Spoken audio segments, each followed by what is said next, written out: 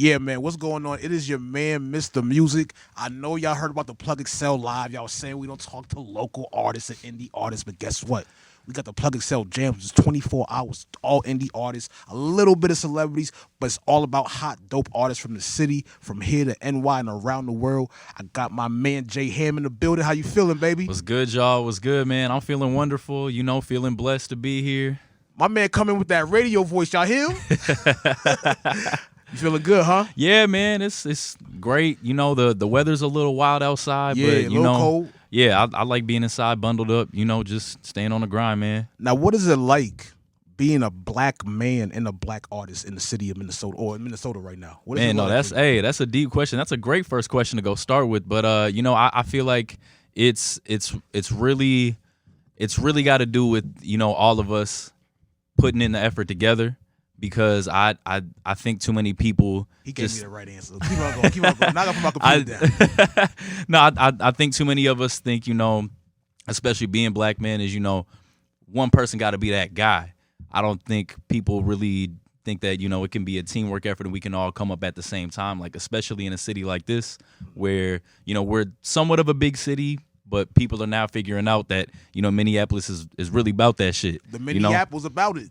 Yeah, man. Now we talk about people coming together. Are you saying as far as the music side or the race side or all together? I'm just saying more so in just business and making opportunities as black men. That makes sense. Sense. I think it's especially in music too, just because this scene. I think when people hear Minneapolis, obviously the first thing you're gonna think of is Prince. Yeah, and snow. yeah, and that too. But yeah, you don't really think of too many big hip hop artists or anything, and we can really go ahead and make a mold for that if, like I said, we come together as a team and everything, because there's a lot of us out here. It's mad artists. Yeah, there's a lot, and there's a lot of black artists, and people looking from the outside, not looking in.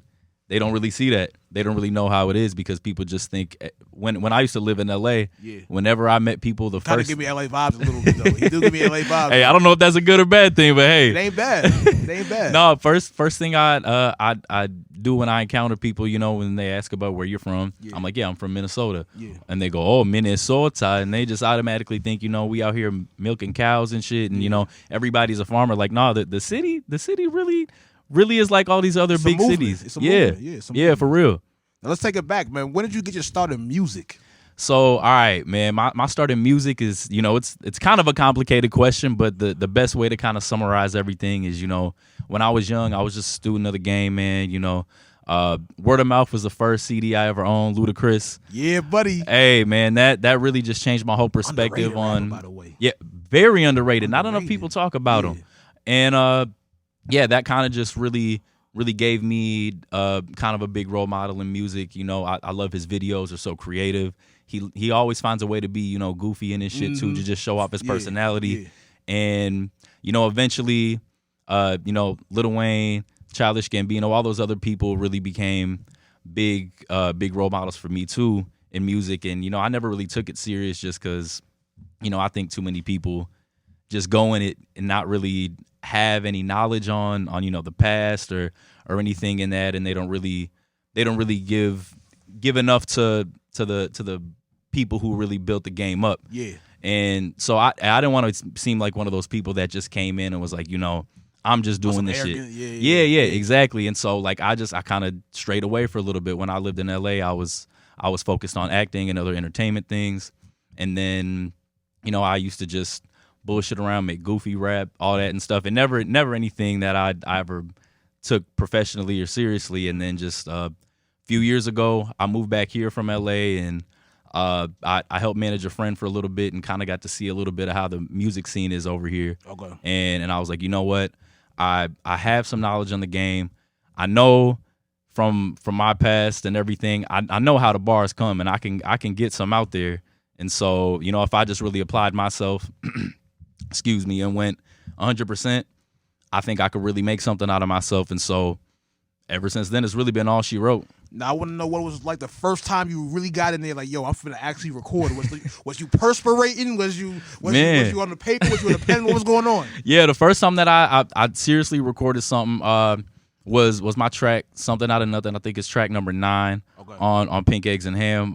Go ahead and download that on all streaming platforms, by the way. I like that plug, baby. I see you. Yeah, that was the first track I ever recorded, and I still got some of my little, my little goofy little 2 Chainz lines in. I got a line where I say 1 fish, 2 fish, your bitch send me some new pics, just some quick to go throw in there, and it was cool. And then I think the big moment for me was when I recorded Vegas Nights. It's a crazy story. My my ex at the time was she had a little studio that she put together, but was super like on BS with me and all my friends on using the equipment. And I was like, man, like, why can't you let anybody record nothing? Like, we literally just want to get better. And she ain't recording nothing. So she was gone for like a week. And I was like, all right, you know what? I'm going to just record some shit. I want to get this out the way. So I recorded Vegas Nights and released it like, I think. That was your first joint? Yeah, first one that I recorded. That joint's fire. Hey, yeah, go ahead and check it out. Video coming soon too, y'all. That was for real your first joint. Yeah, man. That was actually just supposed to be my intro to the project. I tried to come with some bars and let people know who I am. That's why the intro got DJ Uwe Max saying, always got a bitch so he's never lonely. It's your boy JHam, and then I come in and get everything right. It was dope because everybody around me just gave me nothing but huge compliments, and I was like, okay, people really think I could do this. They was fucking with it. Yeah. Now let's take it back for a second a little bit. Now I remember we was talking behind the scenes. You said you was doing a little bit kind of different type of music. Yep. Let's talk about that. Yeah, we got to keep it 1,000, bro. Yeah. Let's talk about that a little bit. Okay. Okay. No. Yeah. So before I really got into this professionally, I was just doing some goofy shit. Me and my boy Buki, he's an artist too now. Okay. We used to just. He's a rapper? Yep. Right. Yeah, he's on my track, Chef Gordon Ramsay. Y'all go ahead and check that out. We got a Off the Bone. I'm on his album too. And yeah, we used to make diss tracks to people who were in our high school that were taking the shit seriously. And we was just bullshitting, and they would get actually mad. So we was like, fuck it, like we'll keep doing that. And then eventually it turned into I actually was trying to pave the way for these country rappers. Don't y'all ever forget this. JHam, man, I had a fire little track. Y'all ain't gonna see it because it ain't there, but it might resurface at some point. All right. It was a Country Girl Shake It For Me by Luke Bryan. I had a little remix to it, and when I tell you there was some fire bars in there, it's gonna go over y'all heads. But I need the exclusive in my email, B. No, hey, I might have to go send it to you. It was some dope shit. I was really on something. Now I gotta say, man, I seen you on Live on Lake Street. Yep. I ain't scared to say that. Nigga, like, oh my God, a nigga actually said it. Yeah, nigga, I said Live on Lake Street. The show he was on, I'm gonna say it. Outside of that, man, I noticed that as a Minnesota artist or artist that's here in Minnesota, I don't really see you like argue with other artists like that. I don't see you complain about the list and all that. Where does that come from? Cause everybody ready to poke their chest out right now. Yeah. Like no, for real. Man, I come from humble beginnings, man, and I know that there's not always a right way to do everything or how to become what you want to be. And so I'm just trying to do things on my own standards, on my own morale and everything. And so yeah, I mean what everybody else got going on is totally cool. I support who support me. That's first and foremost. But I'm not about to sit here and down talk nobody. And I mean, if anybody down talks me, we could talk that face to face. That ain't nothing. Definitely. Now, before we go into your music, I got one last question. Might go over a little bit. Now, a lot of people might look at you. Look at this light-skinned nigga. Because they'll be watching on TV, right? Hey. Look at this light-skinned nigga. He got his hair going like this, got an icy on. Let these people know something that just by looking at you probably wouldn't know you going through that inspires you through your music. Man, no, that was deep too. Yeah, I think one thing that really kind of changed my perspective on a lot of stuff was when I lived in LA. I went through a lot of trials and tribulations out there. Like anybody that lives there or isn't really fortunate in their finances and stuff, you really get to out see there grinding. Yeah, it's nothing but a grind, literally every day. And one thing I call it when you're there, every day you feel that LA rush. It's just every day I'm out here trying to get this shit. And I never felt that same feeling or mentality in different places. It's just something you kind of got to mentally do when you're here because the man, the seasons really change out here, and it's it can really mess with your emotions and everything. I'm glad you said it, because a lot of people talk about Minnesota, but they don't realize how strong you got to be living this type of weather every year, and it's not really long summers here at all. Yeah, nah, for real. It's, man, in the seasons, I think people don't really know. You know, in the summers it is nice. Yeah. The spring, fall is pretty cool. But no, the winters are brutal, man. You really got to be tough skinned to just. How cold is it today, B?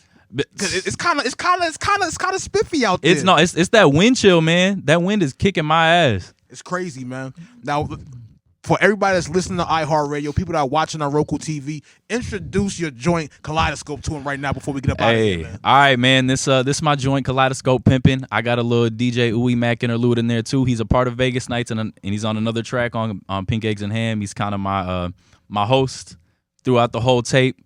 And, this was just a little joint I put together with shout out to EMG, the producer. He's from here too. Got me the little Willie Hutch sample. And man, it was really all she wrote after that. I love the flow on this shit. I love to showcase my bars and everything. And man, y'all gonna hear nothing but bars and talent in this shit. So yeah, it's gonna explain itself. JHam Kaleidoscope right here, man. MNTC, iHeart, Roku TV, the Plug Excel Jams. We out of here, man. Let's go. Come on. Man, that was a crazy joint right there, man. Man, just a little something for the streets, you know what I'm saying? Man, the streets, the club, maybe even a stripper or two, man. What's up? Man, no, all my strippers out there, please do not hesitate to play this song any and everywhere you go. This is a perfect booty shaking song. Hello. Now, before we go, man, I gotta have you tell everybody, how can we get a hold of you, social media, all that? Yeah, no, that's good, because if y'all want to hear me express my opinions, JHam tweets on Twitter. If you want to go look at my beautiful face, JHam _ on the gram on Instagram. I don't be doing no dances and shit, but hey, JHam 6121 on TikTok. Man, I don't know what else there is. So shit, yeah, if you want to hit me on, you want to hit me on farmersonly.com, Black Planet. Hey, I'm on it all, baby. Come on. Back. Hey, man, we out of here. So Plug Excel Jazz, Mr. Music, JHam. Let's get it. Appreciate it, Mr. Music. Glad to be here. Yes, sir. Official.